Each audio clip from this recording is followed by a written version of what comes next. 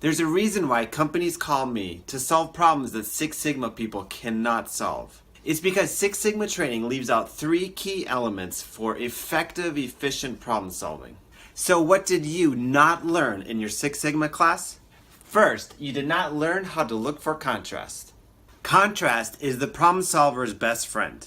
If you're able to find significant contrast between your problematic parts or processes, you probably have everything you need to solve your problem. So, in addition to what you learned in your Six Sigma class, it's important to learn how to look for contrast. The second thing that your Six Sigma class failed to teach you was how to ask the right questions. You can ask questions and gather data until you're blue in the face, but until you learn how to ask the right questions, you're going to be wasting valuable time on things that won't even affect the problem.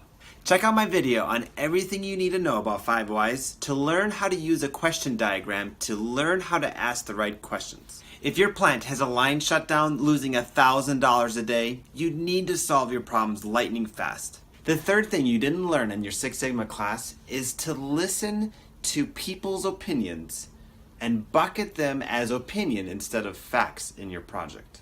So what do I mean by bucketing them? The experts have so much knowledge and information, but the problem still exists. You need to learn how to listen to the expert and put that information in a usable form or bucket. They're often extremely useful opinions, but not necessarily factual ideas based on data.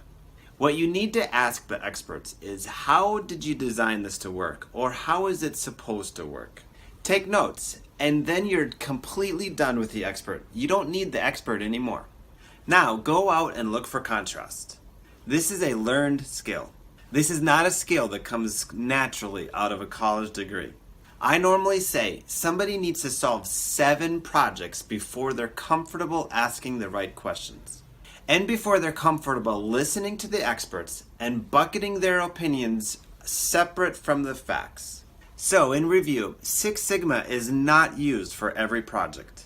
Listen to the experts, but go out and gather factual data. Learn how to look for contrast and ask the right questions. If this video has helped you, be sure to click like and leave a comment below. Be sure to subscribe to my channel so you won't miss out on any lightning problem solving pointers. Thanks for watching and have a great day.